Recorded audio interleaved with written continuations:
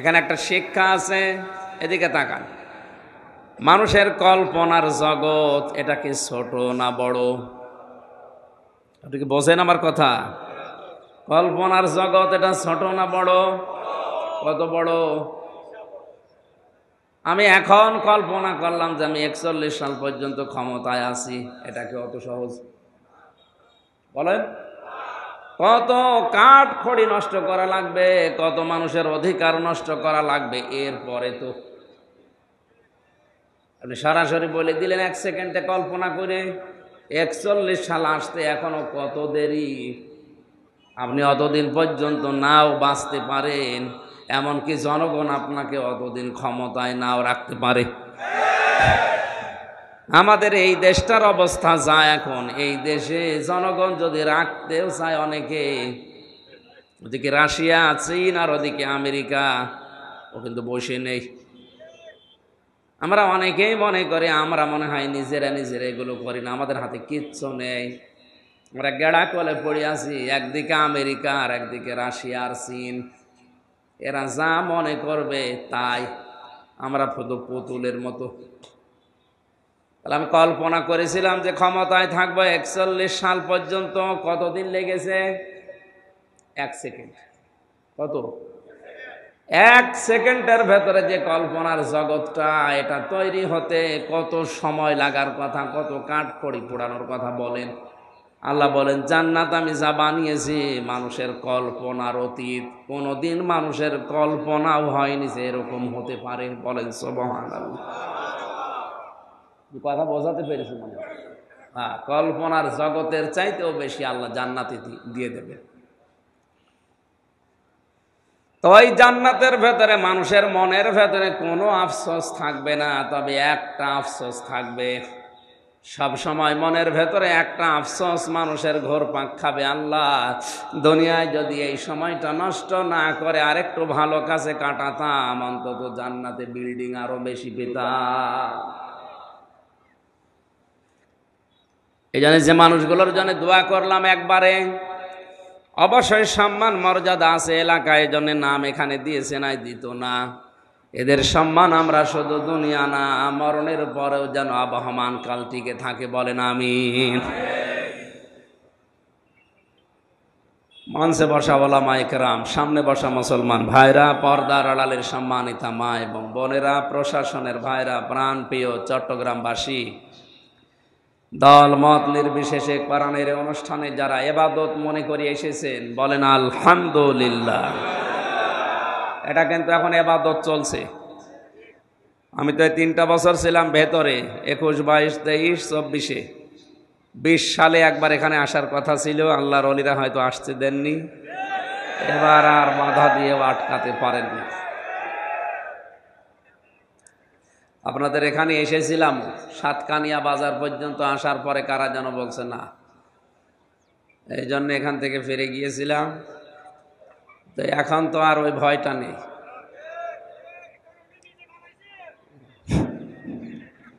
আপনাদের এলাকার ভাষা তো আমি বুঝি না, মানে গালি দিলেও অসুবিধা নেই। এক দেশের বলি আর এক দেশের গালি, আপনারা যে ভাষায় কথা বলেন, আমাদের এলাকায় এসব কথা শুনলে মনে করো গালি দিচ্ছে।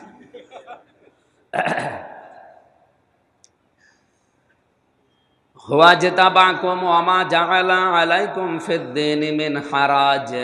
আল্লাহ পাক বলেন তোমাদেরকে আমি নির্বাচিত করে করে এই ময়দানে এনেছি কোরআন শোনার জন্য।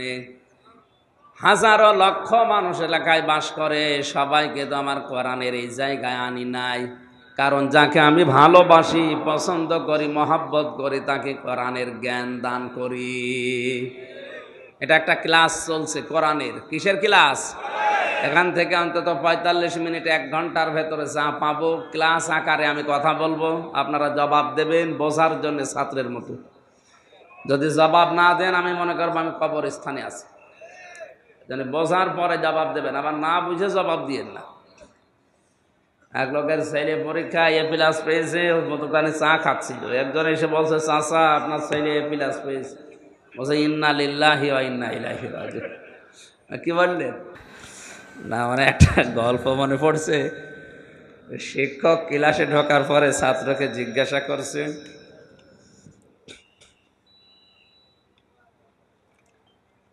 ছেলে গোট বানান পর। বলছে, স্যার ABCDEFGHIJKLMNOPQRSTUV কি করলেন? এর ভেতরে আছে, আপনি বানান করে নেন। তো একেবারে সব বলে দিলাম, আপনারা দোয়া করে দিন একবারে। ওয়ারাফা'না লাকা যিকরা। অনেকগুলো মানুষের নাম তো, একটু জোরে বলেন আমিন। এনাদের মর্যাদার সম্মান শুধু আমরা দুনিয়া না, আখেরাতেও চাই নাকি? ফামান যুহজিহা আনিন নার ওয়া উদখিলাল জান্নাতা ফাকাদ ফাজ।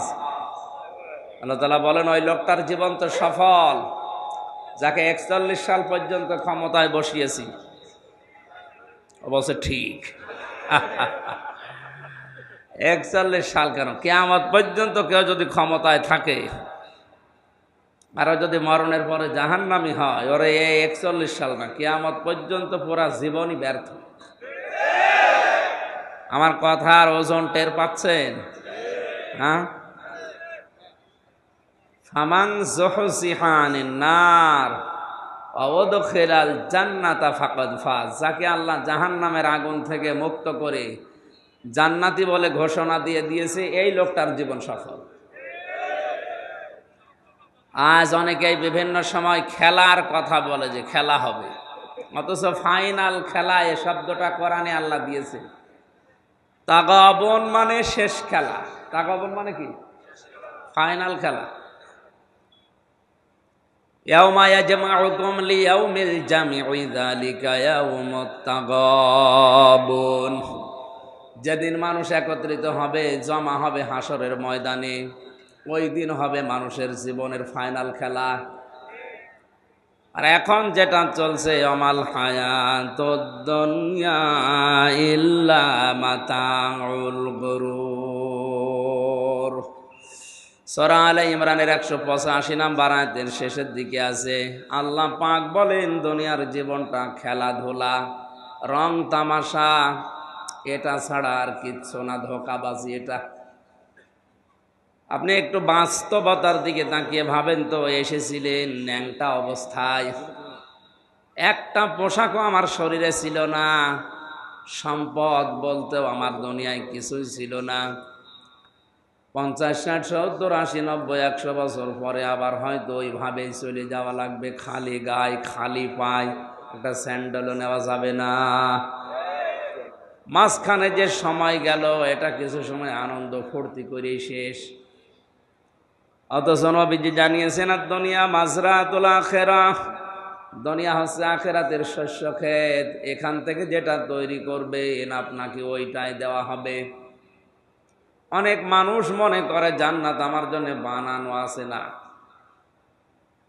পৃথিবীতে আপনি যা করবেন ওইটা দিয়ে একটু আপনার জান্নাত অথবা জাহান্নাম তৈরি হবে।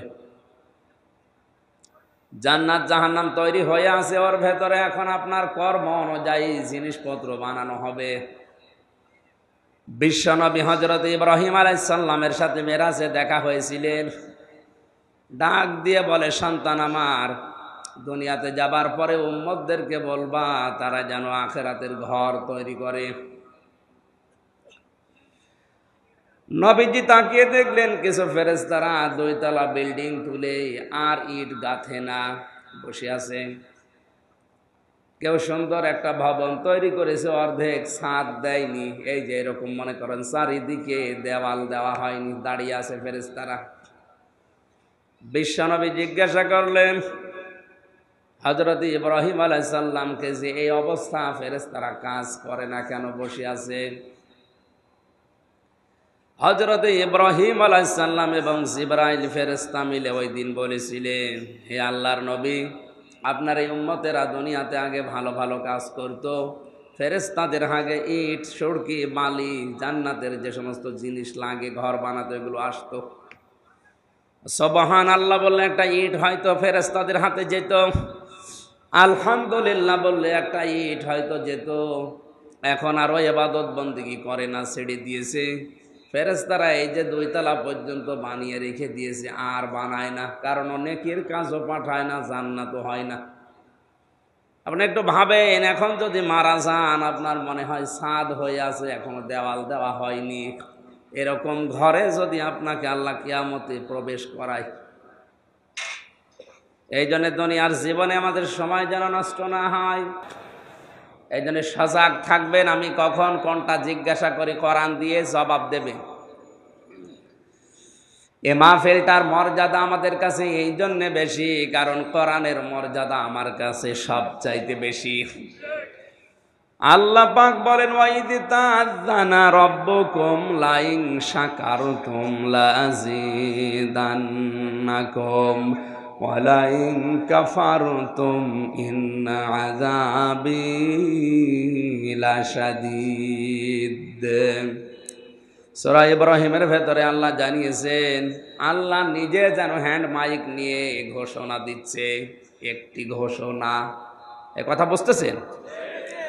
আল্লাহ নিজে যেন মাইক হাতে নিয়ে বলছে, একটি ঘোষণা, একটি এলান, আমার বান্দা বান্দিরা শোনো, লাইন শাকারতুম লাযিদান্নাকুম, যদি আমার নিয়ামতের শুকরিয়া আদায় করো, আমি আল্লাহ এটা জীবনে আরো বাড়িয়ে দেব। পৃথিবীর যত নিয়ামত আছে, আল্লাহর ভাষায় শ্রেষ্ঠ নিয়ামতের নাম কোরআনে কারীম। আমরা এটা মানি কিনা? হ্যাঁ, মানেন?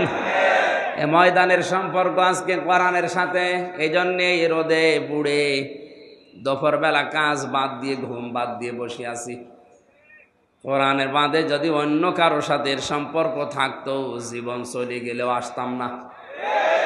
এরকম অনুষ্ঠানের সম্পর্ক যদি মমতাজের সাথে থাকতো, আসতেন? হ্যাঁ, আসতো, কিন্তু এই মানুষ আসতো না। এগুলো তো ফার্স্ট ক্লাস, আর ওই সমস্ত অনুষ্ঠানে যারা যায় ওরা থার্ড ক্লাস। এই যে কষ্ট করছে যারা রোদের ভেতরে দাঁড়িয়ে আছে, ওদের সওয়াব কিন্তু ডবল হচ্ছে।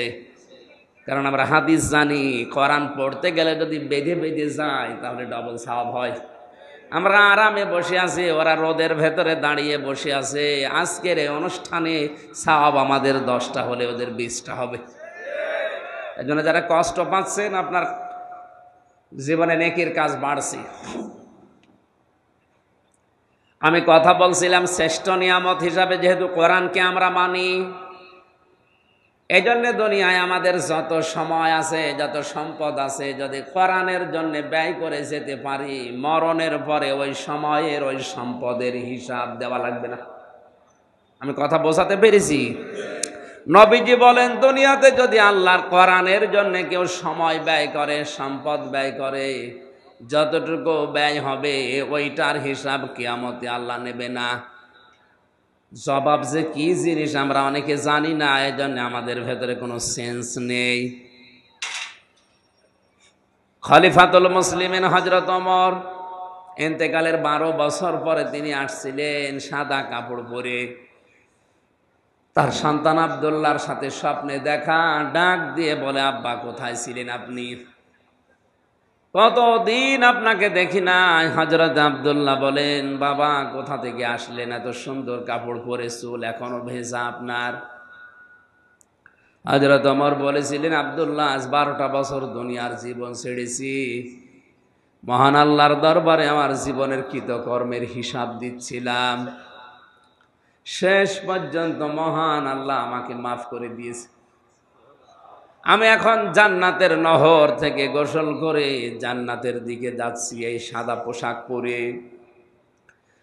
ও চিটাগাংবাসী, একটু মেধা খাটান, বুদ্ধি খাটান। যে লোকটা জান্নাতের গ্যারান্টি পেয়েছে জিন্দা অবস্থায়, জীবিত অবস্থায়, নবীজি তার হাতে সার্টিফিকেট দিয়েছেন, ওমর তুমি জান্নাতি। আকাশের যে তারকা দেখতে পান, কেউ যদি গণনা আরম্ভ করে হয়তো একদিন শেষ করে ফেলবে, কিন্তু নবীজি বলেন, ওমর যত নেকির কাজ করেছে দুনিয়ায় কেউ গণনা করেও শেষ করতে পারবে না। কোন রাস্তা দিয়ে গেলে শয়তান পর্যন্ত 40 দিনও রাস্তায় যেতে ভয় পেত। নবীজি জানিয়েছেন, আনা খাতামান নাবিয়্যিন লা নাবিয়্যা বাদি লাকানা ওমর, এ পৃথিবীতে আমি শেষ নবী, আমার পরে কোনো নবী রাসূল আসবে না। যদি কেউ নবী হয় তাহলে ওমর আল্লাহর নবী হয়ে যাবেন। এই হাদিস দ্বারা বোঝা যায় হযরত ওমরের ভেতরে যে কোয়ালিটি গুলো ছিল, নবী হবার সব যোগ্যতায় আল্লাহ তাকে দিয়েছিলেন। যেহেতু নবুয়ত শেষ, এই জন্য উনি নবী হতে পারেননি। বলেন কোন দরজার মানুষ তিনি? এত বড় পাওয়ারফুল মানুষও যদি এই অবস্থায় থাকে যে 12টা বছর হিসাব দেওয়ার পরে আল্লাহ তাকে নিজ গুণে মাফ করে দিয়েছে, আমাদের হিসাব দিতে কত বছর লাগবে আপনি বলেন? আমাদের পেছনের জীবনে তো এরকম কোনো কিছুই নেই, অথচ তার যে শাসনকাল, তামাম দুনিয়া অবাক হয়ে দেখে হযরত ওমরের শাসন ব্যবস্থা। আমরা অনেকেই নেকির কাজ মনে করি, এই যে সবে বরাত বা নিসফে শাবান চলে গেল, অনেকেই মনে করছে ভাগ্য পরিবর্তনের জন্য এটা বিশাল রাত, যা খাবো যা করব এই রাতে সারা বছর এরকমই খেতে পারবো। নেকির কাজটা কি বাস্তবে আমরা তাও বুঝি না। কোরআন ওনারাও পড়েছিল, ইন্নাল্লাযীনা আমানু ওয়া আমিলুস সালিহাত। পৃথিবীতে যারা ঈমান আনে আর ঈমানের দাবি অনুযায়ী যারা ভালো ভালো কাজ করে, আমলে সালেহ করে, কানাত লাহুম জান্নাতুল ফিরদাউসি নুজুলা, তাদের আপ্যায়নের জন্য মহান আল্লাহ জান্নাতুল ফেরদাউস রেডি করে রেখেছেন। এই আয়াতটা আমরা এখন বাস্তবে যারা এখানে আলেম আছে, যারা জ্ঞানী মানুষ আছে, আমরা যেভাবে বুঝি ওনারা ওইভাবে বোঝেন নাই। ওনারা বুঝেছেন কি করে একটু খেয়াল করেন। খলিফাতুল মুসলিমিন হযরত ওমর তিনিও ভালো কাজ করতেন, নেকির কাজ করতেন, কিন্তু কেমন? কুনতুম খায়রা উম্মাতিন উখরিজাত লিন্নাস, তোমরাই শ্রেষ্ঠ জাতি, তোমাদেরকে আমি মানুষের কল্যাণের জন্য বের করেছি। তার মানে তারা ভালো কাজ বলতে বুঝতো এই পৃথিবীর ময়দানে মানুষ হয়ে মানুষের উপকার করা, এটা সবচাইতে ভালো কাজ। এই নিসফে শাবানে ভাগ্য পরিবর্তনের রজনীতে, মুক্তির রজনীতে শবে বরাত নামে যেটা পালন করেছে চট্টগ্রামবাসী, যদি এভাবে পালন করতেন যে আজকের এই রাতে আমি সিদ্ধান্ত নিলাম, আমার টাকা পয়সা আছে, আমার প্রভাব আছে, আমার ক্ষমতা আছে, আমি এইগুলো খাটিয়ে 50টা মানুষের কর্মসংস্থান তৈরি করে দেব। কথা বুঝতেছেন? কিশোর গ্যাং তৈরি হচ্ছে, রাস্তায় ছিনতাই হয়, ডাকাতি হয়, কেন এগুলো করে? এ মানুষগুলো নিজের সংসার চালাতে পারে না, নিজের মেয়ে একটা জিনিস চাই দিতে পারে না, বাধ্য হয়ে যে মানুষ যাকাত দেয় না, যে মানুষ দান করে না, তার সম্পদের হক আদায় করে না, তাদেরকে ধরে অবৈধভাবে টাকাগুলো কামাই করে। আমি নিজেই যদি এই মানুষগুলোর কর্মসংস্থান তৈরি করে দিতে পারতাম। প্রধানমন্ত্রী শেখ হাসিনা যেটা করেছিল, একটি বাড়ি একটি খামার, এই প্রকল্পের মাধ্যমে লক্ষ লক্ষ মানুষের মাথা গোছার ঠাঁই হয়েছে, একটা কর্মজীবন তৈরি হয়েছে। কথা বলে না কেন? কাজটা তো ভালো, আমারই কাঠিং হয়েছে সেটা আমরাও জানি। যদি 1 কোটি টাকা বাজেট হয়, সেখানে 50 লাখ টাকা উপর থেকে নিচ পর্যন্ত আসতে ফেরেশতারা খেয়ে ফেলে। এমনকি বঙ্গবন্ধুর জীবনী আমি জেলখানায় বসে বসে পড়ছিলাম, ওখানে তো ওনার জীবনী বেশি পাওয়া যায়। ধানমন্ডির 32 নম্বরে গোপালগঞ্জ থেকে এক লোক গেছে কিছু শাকসবজি নিয়ে, কিছু আলু পটল এগুলো নিয়ে, যে বলছে দারোয়ান আমি নেতার সাথে দেখা করব। বলে না, এখানে দেখা করা যাবে না, ফসলাদি আমি নিজে ওনাকে খাওয়াবো। বলেন ওনার গ্রাম থেকে এসেছে এই নামের একটা লোক। দারোয়ান ওপরে খবর দিয়েছে, উনি বলছে ঠিক আছে আসতে বলেন। ওনাকে আসার পরে কথাবার্তারা বলে বিদায় করে দিয়েছে। বিদায় করার পরে যখন চিন্তা করছে, কই আমি যে ওনারে নিজের হাতে খাওয়াবো বলে নিয়ে আসলাম, এটা তো হলো না। দারোয়ানকে বলছে ভাই আমার আর একবার একটু সুযোগ দেন যাওয়ার। উনি এবার গেছে যখন মুখে খাবার তুলে দিয়েছে খুশি হয়ে বঙ্গবন্ধু আমি এইভাবেই পড়েছি এই জন্য এভাবে বলছি। শেষ পর্যন্ত ওনারে টাকা দিয়েছে, দারোয়ানকে বলছে ওনারে 20টা টাকা দিয়ে দাও। 20 টাকা নেওয়ার পরে নিচে এসেছে, এসে ওই লোকটাকে বলছে ভাই 10 টাকা নেন, বঙ্গবন্ধু আপনাকে দিয়েছে। বলছে না, আমি তো টাকা নেওয়ার জন্য আসি না, আমি ওনাকে ভালোবাসি, আমার গ্রামের লোক, এই জন্য টাকা আমি নেব না, চলেন দেখি কেমন টাকা দিয়েছে। ওপরে যে বলছে স্যার আপনি আমার টাকা দিয়েছেন কেন, আমি তো টাকা নেওয়ার জন্য আসি নাই, নেন আপনার টাকা ফেরত নেন। বঙ্গবন্ধু বলে কি বললেন, আমি যে আপনাকে 20 টাকা দিলাম। আপনার দারোয়ান তোমার 10 টাকা দিয়েছে। অনেক আফসোস করে ওই দিন বলেছিল আল্লাহ যেই দেশে 2 তলা থেকে নিচতলায় নামতে 20 টাকা 10 টাকা হয়ে যায়, এ দেশে আমি ডিজিটাল বানাবো কি করে, এ দেশে আমি সোনার বাংলা বানাবো কি করে, বাইরে থেকে জানিয়ে আসি সে চিন্তা ভিক্ষা করে চোরের দল সব সিটি খেয়ে ফেলে। প্রকল্প যেটা বানিয়েছেন প্রধানমন্ত্রীর দোষ নেই, উনি তো ভালো উদ্দেশ্যে বানিয়েছিলেন, কিন্তু দোষ তাদের যারা এই জায়গায় মারিং কাটিং করেছে। না করলে আরো ভালোভাবে প্রকল্পটা চালু হতো, বহু টাকা বাজেট হয়েছে। এমন এমন জায়গায় প্রকল্প দেখেছি উদ্বোধনের আগেই ভেঙে পড়ে গেছে, রড দেওয়ার কথা বাঁশ দিয়েছে। কি হবে এটা? হযরত ওমরও বুঝেছিলেন ভালো কাজটা। তাহলে সবে বরাতে আপনার এই সুবহানাল্লাহ সুবহানাল্লাহ পড়েন, আমি নিষেধ করছি না, কোরআন শরীফ তেলাওয়াত করেন, কুনতুম খায়রা উম্মাতিন নিষেধ করি না, করেন। পাশাপাশি যদি এই শিক্ষাটা নিতে পারতেন যে আমি এলাকায় যারা বেকার আছে তাদের 50 জনের কর্মসংস্থান তৈরি করে দেব, আমার টাকা ব্যাংকে ছাতা পড়ে যায়, টাকা নেওয়ার মতো আমার অন্তত হিসাবের মতো কেউ নেই, আমি যদি দিয়ে টাকা দিয়ে একটা ওয়ার্কশপ তৈরি করে দিয়ে একটা ফ্যাক্টরি বানাই, 50 থেকে 100 জন মানুষ যদি এলাকারও কাজ করে তাদেরও কর্মসংস্থান হবে, আমার টাকায় টাকা বাড়বে। আল্লাহর কসমে সবে বরাতে নেসফে শাবানে আল্লাহর আরশ আপনার উপরে খুশি হয়ে যেত। এটা যে ইসলাম আমরা অনেকে জানি না, অথচ সারা জীবন এখানে পড়ছে কুনতুম খায়রা উম্মাতিন উখরিজাত লিন-নাস, তাদেরকে আমি বের করেছি উম্মতের কল্যাণের জন্য, জাতির কল্যাণের জন্য। কি কল্যাণ আপনি করছেন বলেন তো? মানুষ হয়ে যদি মানুষের উপকার করা না যায়, আল্লাহর দৃষ্টিতে ওটা মানুষ না, ও আর জানোয়ার সমান।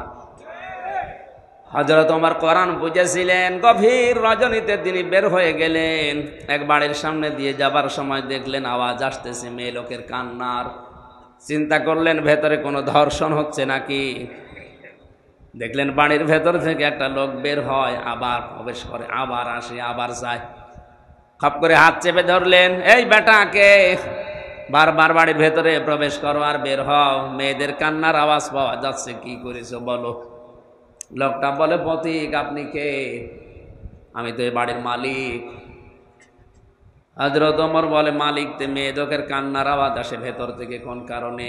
লোকটা বলে ওটা আমার স্ত্রী, আমি এমন একটা বিপদে আছি, বলতেও পারি না সইতেও পারি না।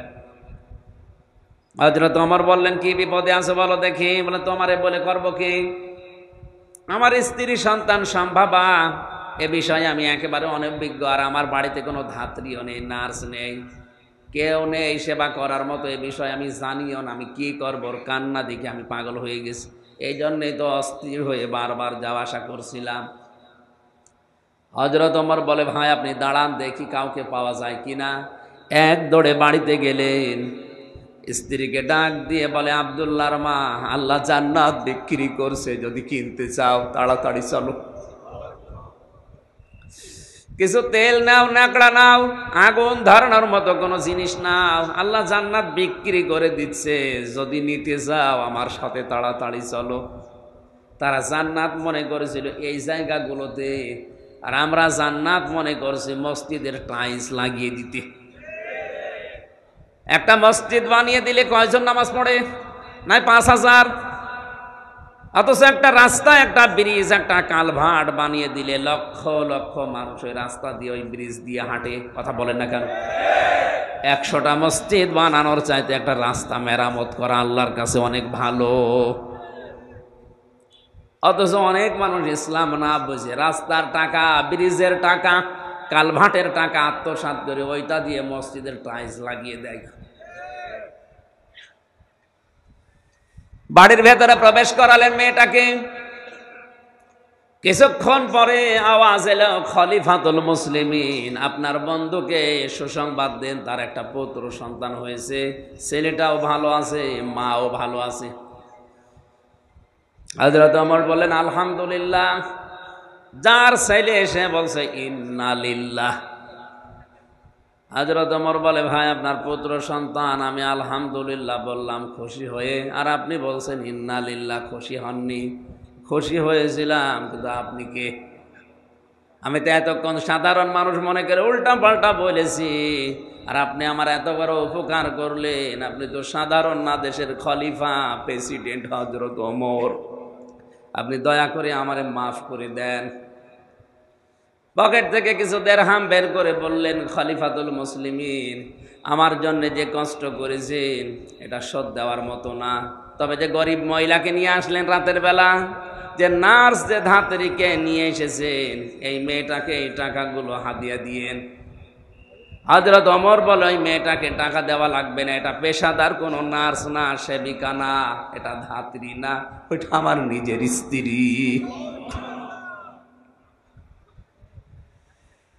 বলেন তো, দেশের প্রেসিডেন্ট হয়ে একটা গরিব মানুষের মেয়ে সন্তান সম্ভাবা তার স্ত্রীকে সতীকাগারে গিয়ে ধাত্রীর কাজ করেছে প্রেসিডেন্টের বউ। বাংলাদেশে এমন একটা মেম্বারও পাওয়া যাবে? কত সহজ! নেক কাজই আমরা আন্দাজে বুঝি না কিছু। মানুষ হয়ে যদি মানুষের উপকার দুনিয়ায় কেউ না করে, আল্লাহর দৃষ্টিতে ওটা কিন্তু এই সূরা আলে ইমরানের 111 নাম্বার আয়াত অনুযায়ী মানুষের ভেতরে পড়ে না। এই জন্য আমাদের জীবনের উদ্দেশ্য থাকা লাগবে, আমার দ্বারা অন্তত 5টা মানুষের যেন উপকার হয়, উপকার যদি না হয় যেন ক্ষতি না হয়। আর আমার ধান্দা থাকে সকালবেলা ওঠার পরে কার ক্ষতি করব, কারে বাঁশ দেব, কারে ধরিয়ে দেব, কার নামে মামলা দেব, তার কাছ থেকে টাকা পয়সা। এই কথা বলছেন কেন? নবীজি মসজিদে নববীতে একজন সাহাবীকে প্রবেশ করতে দেখলেন, 3 দিন পর পর 3 দিনই বললেন উপস্থিত সাহাবীরা, এই যে লোকটা জান্নাতি। সাহাবীরা বলে, ওর জান্নাতীও কি কাজ করে এমন আমি দেখব। বাড়িতে কৌশলে মেহমান হয়ে আশ্রয় নিলেন, 3 দিন থাকলেন বাড়িতে, দেখলেন না সেরকম কোনো গোপন আমল নেই। ডাক দিয়ে বলে, আল্লাহর বান্দা, আমি কিন্তু আপনার বাড়িতে মেহমান হয়েছি এমনিতে না, আমার উদ্দেশ্য আছে। 3 দিন পর পর নবীজি আপনাকে বলেছে আপনি নাকি জান্নাতি, কি আমল করেন এবং যে জিন্দা অবস্থায় জান্নাতের সার্টিফিকেট নবীজি বলে দিলেন।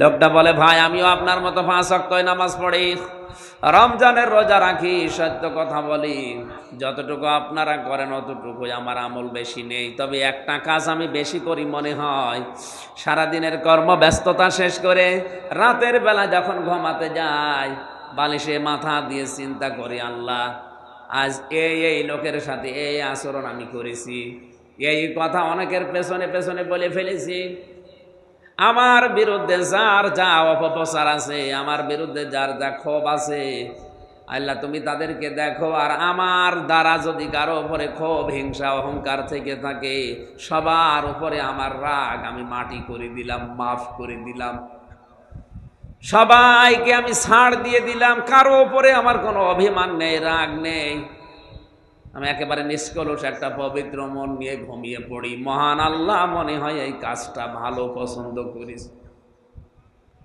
চট্টগ্রামবাসী আপনার বিবেক খাটান তো, এই লোকটা কি করেছে এমন?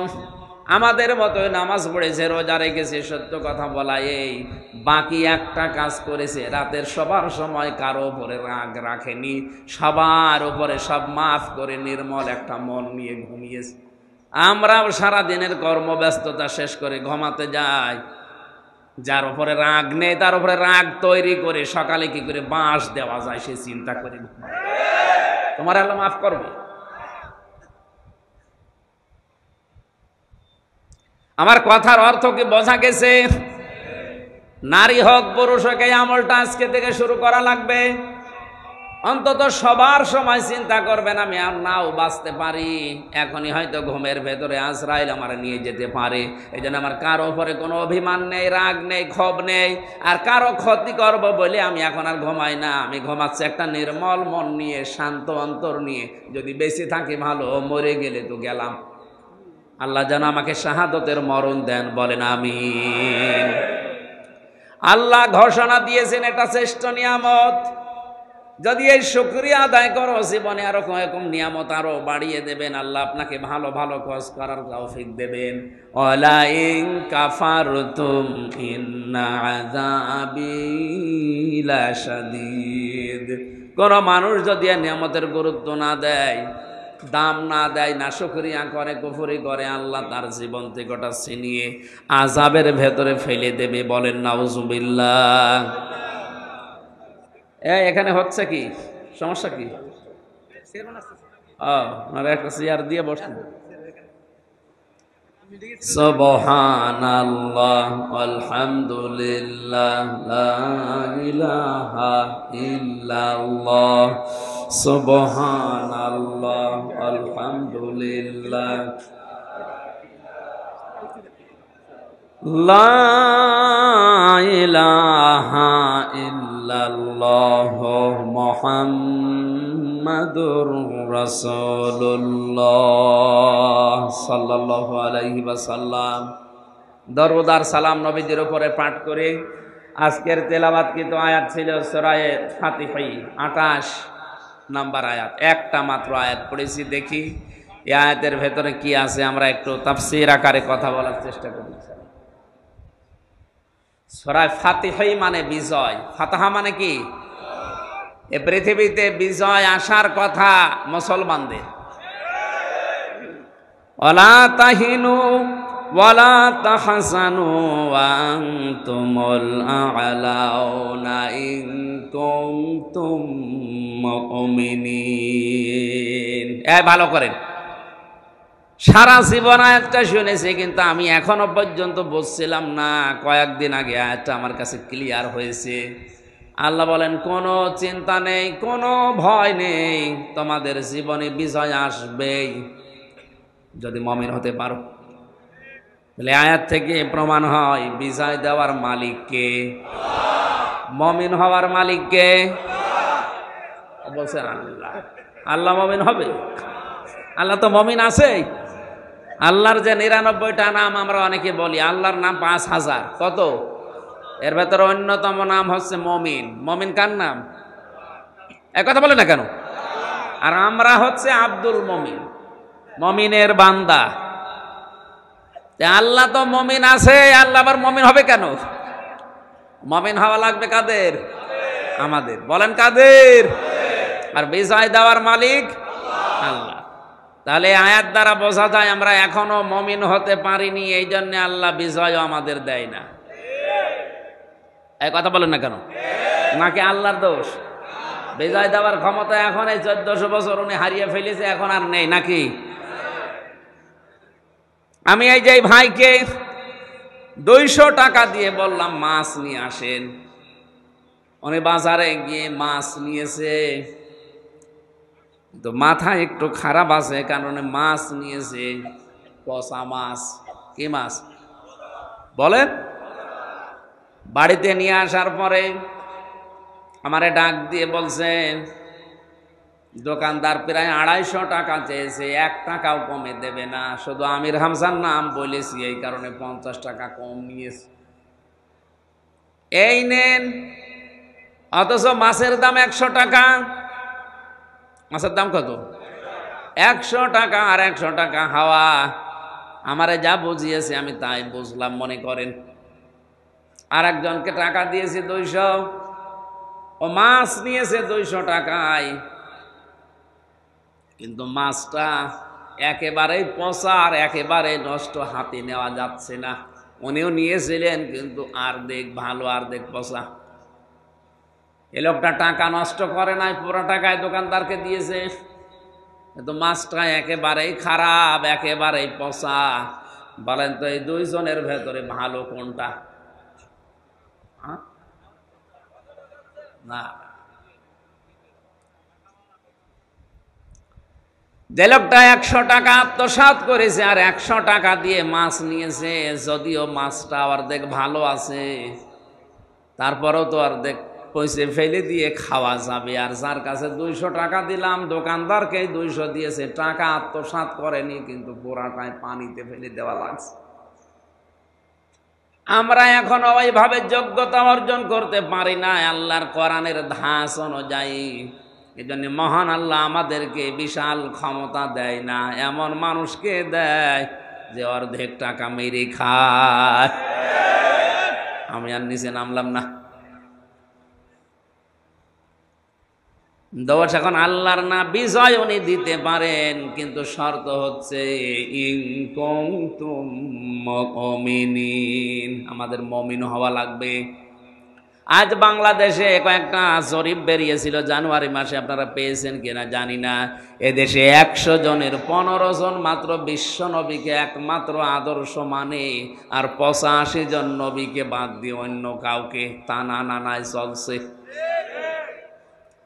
আপনি জরিপটা যদি সত্য হয় বলেন তো, মহাব্বত দেখাতে দেখাতে যদি বলা হয় নবীর মহাব্বতে হাত তোলেন, অনেকে ঠ্যাং তুলে ফেলে। অথচ বাস্তবতায় যে নবীকে আদর্শ হিসাবে মানে না, ওর আদর্শ হয়ে দাঁড়িয়েছে আবু জেহেল মার্কালো। এই জন্য আল্লাহ আমাদের হাতে এগুলো দিতে চান না, কারণ জানে যে এরে যদি দেওয়া হয়, 200 টাকা দিয়েছে, 200 টাকায় পানিতে ফেলা লাগবে। আর অন্তত এখনো যাদের কাছে আছে 50 টাকার কাজ করলেও 50 টাকা মেরে খাক, তাও তো কাজ হচ্ছে। ফাতাহা মানে বিজয়, এটা আল্লাহর হাতে, পৃথিবীর কারো হাতে বিজয় নেই, এটা আল্লাহ কারো হাতেও দেননি। মুমিন হতে পারলে আল্লাহ বিজয় অবশ্যই আমাদেরকে দেবেন। বিজয় নামে যে সূরাটা আমরা বলি সূরা নাসর, এটা অনেকেই আমার মনে হয় এখানে যারা আছে শুধু আলেমরা বাদ দিয়ে 100 জনের নারী পুরুষ মিলে 95 জন ভুল করবে। নুন সাদ রা নাসর, নাসর মানে সাহায্য, এখানে সাদ মুখ দল করে উচ্চারণ করা লাগবে। সাদকে সিন দিয়ে বললে অর্থটা আকাশ পাতাল পাল্টিয়ে যাচ্ছে। যেখানে সাহায্য হবে সেখানে হচ্ছে ঈগল পাখি বা শকুন। আপনি যেন বলতে চাচ্ছেন যখন আল্লাহর সাহায্য আসবে তখন আপনি বিজয় দেখতে পাবেন। সিস্টেম অপর পৃষ্ঠায় আপনি বলছেন যখন শকুন আসবে তখন বিজয় পাবেন। একটা কথা হলো, যেন বিজয় নামে যে সূরাটা আছে সূরা নাসরটা আশা করছে আপনারা ঠিক করে নেবেন। এখানে সাদ মুগল করে বলবেন ইযা জাআ নাসরুল্লাহি ওয়াল ফাত ওয়ারাইতান নাসা ইয়াদখুলুনা ফি দীনিল্লাহি আফওয়াজা ফাসাব্বিহ বিহামদি রাব্বিকা ওয়াস্তাগফির ইন্নাহু কানা তাওয়াবা। ওই সূরা ফাতিহা থেকে বিজয় থেকে 28 নম্বর আয়াতটা আমরা পড়েছি। আয়াতের সামারাইজ মূল বিষয় হচ্ছে আল্লাহ পাক যে ধর্ম, যে ইসলাম, যে দিন দুনিয়ায় পাঠিয়েছেন এটা তিনি বিজয় করবেনই। যত দিন আছে দুনিয়াতে, যত নবীকে আল্লাহ পাঠিয়েছেন, একটাই দায়িত্ব ছিল তাদের, ভালো করে খেয়াল করেন। পৃথিবীতে যত নবী এসেছে, যত রসুল এসেছে, এদের ভেতরে হয়তো শরীয়তের বিভিন্ন মাসলা মাসাইল নিয়ে, বিভিন্ন বিধান নিয়ে মত পার্থক্য ছিল, কিন্তু এই বিধানটা নিয়ে দুনিয়ায় কোনো নবী কোনো রসুলের ভেতরে মত পার্থক্য হয়নি। আমি আবার বলছি, হয়তো কোন নবীজির জামানায় নামাজ ছিল না, কোন নবীজির জামানায় যাকাত ছিল না, কোন নবীর জামানায় হয়তো হজ ছিল না। এভাবে ছিল বিভিন্ন জামানায় বিভিন্ন মাসলা মাসাইল নিয়ে, কিন্তু প্রতিটা জীবনে নবীদের এই কাজ ছিল আনাকিমুদ্দিন ওয়ালা তাতাফাররাকু ফি, যে দিন কায়েম করা লাগবে জমিনে আল্লাহর, জমিনে আল্লাহর দিন কায়েম হবে, বিষয় কোনো মত পার্থক্য কথা বুঝতেছেন? এটা কত বড় গুরুত্বপূর্ণ জিনিস আপনার জীবনে। আপনি অজুর ভেতরে মাসলা মাসাইল নিয়ে ঝামেলা থাকতে পারে, মত পার্থক্য থাকতে পারে, নামাজ, পর্দা, এরকম যত বিধান আছে মত পার্থক্য নবীদের ভেতরে শরীয়তে কম বেশি ছিল, কিন্তু এইটা নিয়ে কোনো কম বেশি নেই। প্রতিটি নবীকে আল্লাহ বড় বড় 4 জন নবীর নাম এখানে দিয়েছেন। শারা'a লাকুম মিনাদ-দীনি মা ওয়াসসা বিহি নূহা ওয়াল্লাযী আওহায়না ইলাইকা ওয়া মা ওয়াসাইনা বিহি ইব্রাহিমা ওয়া মূসা ওয়া ঈসা আন আকিমুদ-দীন ওয়া লা তাতাফাররাকু ফীহি। পাওয়ারফুল 4 জন নবীর নাম নূহ, ইব্রাহিম, মূসা, ঈসা। এরপরে আল্লাহ পাক বলেন, হে নবী, আপনাকেও আমি ওহী পাঠালাম, আপনারও জীবনের মেন দায়িত্ব আনাকিমুদ্দিন, দিন কায়েম করা লাগবে। অথচ বাংলাদেশে আজ এইটা নিয়েই যত মত পার্থক্য। আমি আলেমদের দৃষ্টি আকর্ষণ করছি, এই ভিডিও ম্যান এদিকে তাকাও, এখন যে 2 মিনিট বলছি এইটা কাট করে কালকে ছেড়ে দেবেন। আমি এই যে কোরআন শরীফ সামনে নিয়ে বলছি, আলেমরা আজ স্টেজে ওঠার পরেই দেখছি বিভিন্ন সুন্নত, নফল, মুস্তাহাব, মুবাহ জিনিস নিয়ে কাদা ছড়াছড়ি করে আমাদের ভেতরে আরো গন্ডগোল বেঁধে যাচ্ছে বেশি। আরে ভাই, মত পার্থক্য থাকবেই, কিন্তু দল পার্থক্য করা হারাম, জায়েজ নেই। শুকুরের গোস্ত খাওয়া যেরকম হারাম, মায়ের সাথে জেনা করা যেরকম হারাম, মুসলমানদের ভেতরে দল বেদলে বিভক্ত হয়ে পার্থক্য করা, দল পার্থক্য করা এরকম হারাম। কথা বুঝতেছেন? হ্যাঁ, আপনার কোন মাসলা মাসাইল নিয়ে মত পার্থক্য থাকতেই পারে, ইখতিলাফ থাকবে, কিয়ামত পর্যন্ত এটা থাকবে, কিন্তু ইফতিরাক থাকতে পারবে না। পার্থক্য করে আপনি আলাদা আলাদা হয়ে নতুন নতুন করে কাদা ছড়াছড়ি করবেন এর পেছনে পেছনে। এটা যারা করছেন বন্ধ করেন, এর দ্বারা মুসলমানদের কিন্তু ক্ষতি হয়ে যাচ্ছে। সব চাইতে আনন্দে আছে এই দেশের রাম আর বামরা। হ্যাঁ, যারা করছেন আমরা জানি, কিছু কিছু আলেমরা এদের কাছ থেকে গোপনে টাকা পয়সা খেয়ে বাস্তবতায় এই কাদা ছড়াছড়ি করে আমাদেরকে আজ দল বিদলে বিভক্ত করে দিয়ে ওদেরকে আপনি আনন্দ দিতে চান, হাসাতে চান। ওরা তো ওদের কাজ সিদ্ধি করে নিচ্ছে, স্বার্থ সিদ্ধি করছে, বাস্তবে আমাদের দ্বারা ইসলামের ক্ষতি হয়ে যাচ্ছে। এজন্য এটা বন্ধ করা লাগবে।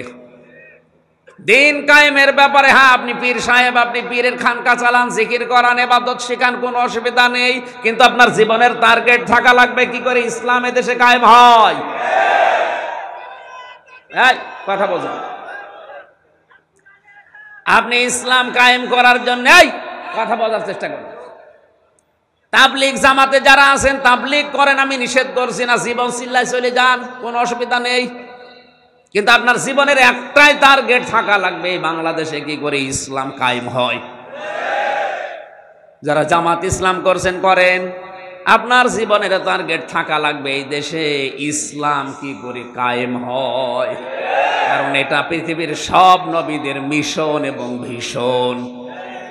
ওয়াল্লাযী, তিনি সেই আল্লাহ, আরসালা রাসূলাহু বিল হুদা, যিনি তার রাসূলকে দ্বীনে হক দিয়ে, সত্যের বিধান দিয়ে দুনিয়ায় পাঠিয়েছেন। এখানে একটা শিক্ষা আছে। বাংলাদেশে আজ অনেকেই না বুঝে এই কথা মনে করে যে সব ধর্ম সমান। না, এটা হারাম। লাকুম দীনুকুম ওয়ালিয়া দীন, তোমাদের দিন তোমাদের, আমাদের দিন আমাদের। এই আয়াত দিয়ে দলিল দিচ্ছে যে সব ধর্ম সমান না, এটা জায়েজ নেই। এই আয়াতের তাফসীর আপনি পড়েন, যত মুফাসসির আছে সবাই লিখেছে আল্লাহর কাছে একটাই ধর্ম, তার নাম ইসলাম। বাকি যা আছে একটা আল্লাহর কাছে ধর্মই না। ধর্ম তো দূরের কথা, ধর্মই না। এই যে ইন্নাদ-দীনা ইনদাল্লাহিল ইসলাম, দিনের আগে আলিফ লাম আছে। কি আছে? চেয়ারম্যান সাহেব হয়তো আলেম না, উনি বুঝবে না। যারা আলেম জিজ্ঞাসা করেন, আলিফ লাম দেওয়া হয় 4 কারণে, নির্দিষ্ট করার জন্যে।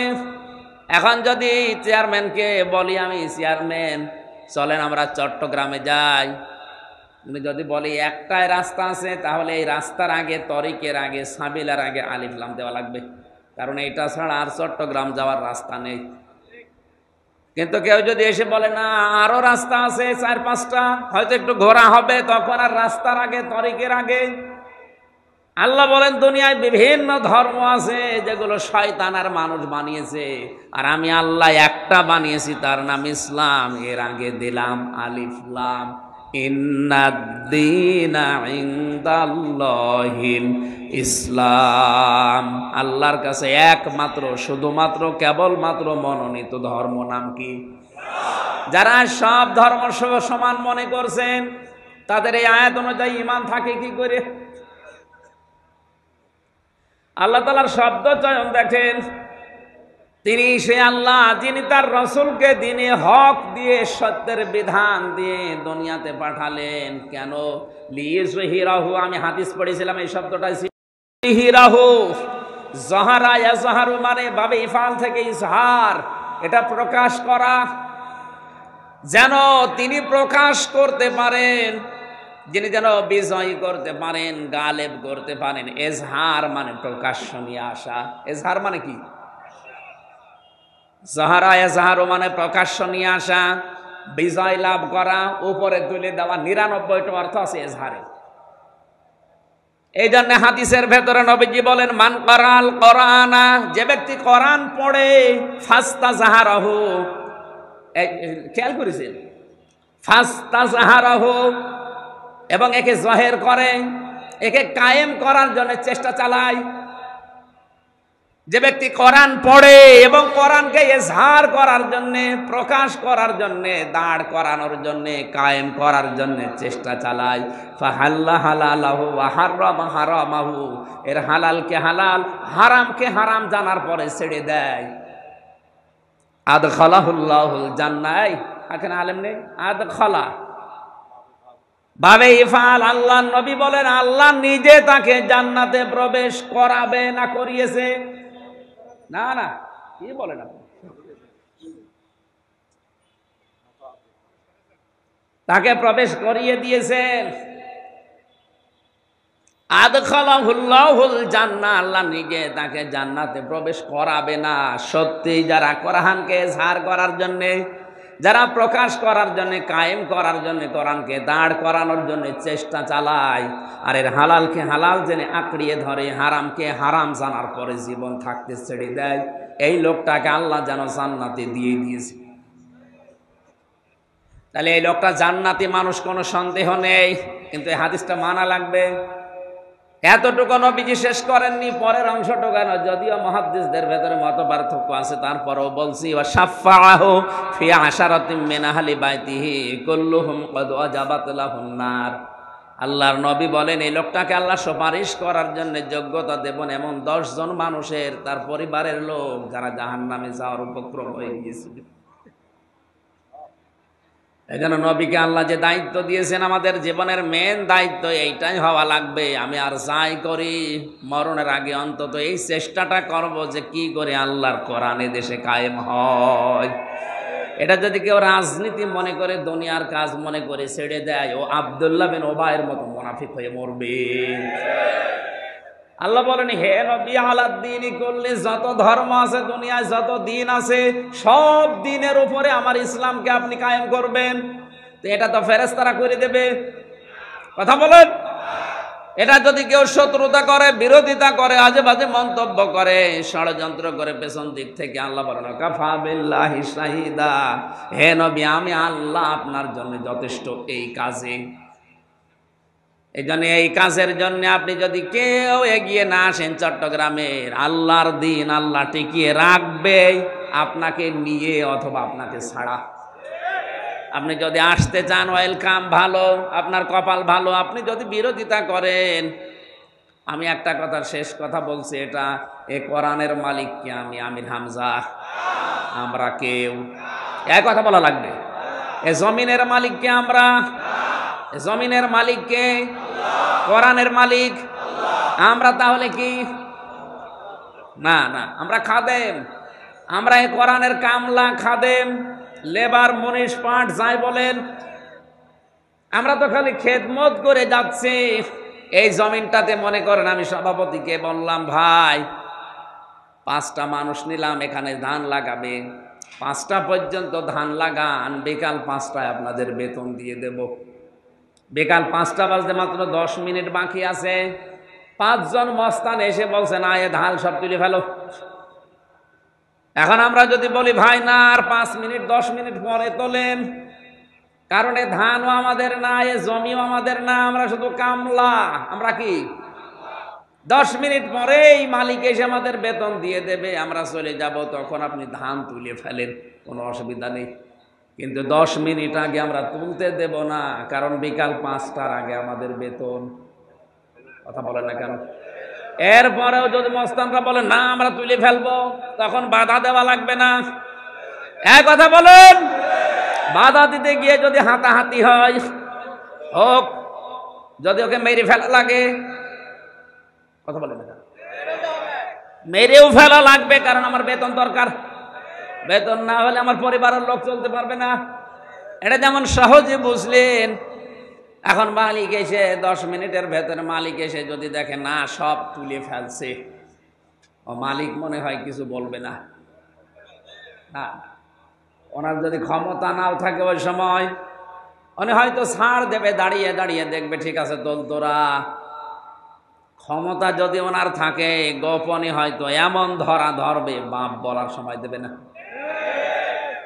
আমরা যারা কামলা আছি জমিনের, আমরা তো বিকাল 5টা মানে জীবনের শেষ দিন, এটা যেহেতু আমাদের আসল টার্গেট, আমরা করিয়েই যাব। জীবনের শেষ দিন পর্যন্ত কোরআনে কারিম কি করে বাংলাদেশে কায়েম হয় আমরা চেষ্টা চালাবো। এই চেষ্টা করা আমাদের জন্য ফরজ, ফল দেওয়া আল্লাহর দায়িত্ব। কায়েম হলে ভালো, না হলেও আমার অসুবিধা নেই, কারণে কোরআনের মালিক আমি না, জমির মালিকও আমি না। কথা বলে না কেন? আমার তো বেতন দরকার, আমার বেতনের নাম আরো জোরে বলেন বলেন। আমার বেতন বিকাল 5টায় দিয়ে দিলেই হবে, বাকি যা করার আপনি করেন। এরপরেও যদি মনে হয় যে মালিক কিছু বলছে না, ধান তুলে ফেলে মস্তানেরা, উনি দেখে আল্লাহ পাক মনে হয় ওনার মতো দুর্বল। উনি দেখতেছে আজ 53 বছর হয়ে গেল, এদেশে এখনো কোরআন কায়েম হয়নি, যারা কায়েম করতে যায় তারাই মার খায়। উনি মনে হয় দেখে দেখে আরো সে বসে বসে চিন্তা করছে যে যা মস্তানি করছো করো, আমি কিছু বলছি না, কিন্তু যখন ধরবো বাপ বলার সময় দেব না। কাফা বিল্লাহি শাহিদা দিয়েছেন, আমি আল্লাহই যথেষ্ট। কাফা শব্দের শাব্দিক অর্থ কারো লাগবে না, এই জন্য আমি কাউকে সরাসরি ধরি না, কিন্তু যদি একবার ধরি ওরে আর ছাড়ি না। আমার ছোট্ট একটা মেয়ে ছিল ফারিহা জান্নাত, ওরে 1 বছর আমি জেলখানায় রেখে গিয়েছিলাম, এখনো 4 বছর। ওর ওই সময় যখন ছোটবেলায় উপরে এরকম মারতাম, যত উপরে উঠতো তত হাসতো। আর বড়টার বয়স ওই সময় ছিল 6 বছর, পরে একটুখানি উপরে তুললে কান্নাকাটি করত। বড়টার বিশ্বাস আমার উপরে যে আমার বাবা যত উপরে মারবে আমি তো ভারী হয়ে গেছি, যদি ভেতরে তুলতে না পারে হাত দিয়ে তাহলে আমি পড়ে গেলে আমার লাগবে। ছোটটার কিন্তু ওই ভরসা নেই, ছোটটার ভরসা সব আমার উপরে, ওর বিশ্বাস আমার উপরে, আমার বাবা যত উপরে মারবে নিচে হাত পেতে রাখবে, আমারে পড়তে দেবে না। আমাদের ঈমান আমার ফারিহা জান্নাতের মতো এখনো হয়নি আল্লাহর উপরে।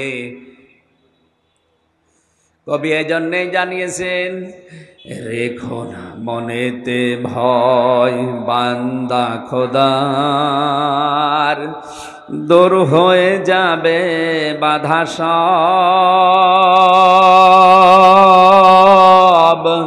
তোমার আমার এক মালিক আছেন, আছেন আমাদের রব, আছেন আমাদের রব। জোরে বলেন আমিন।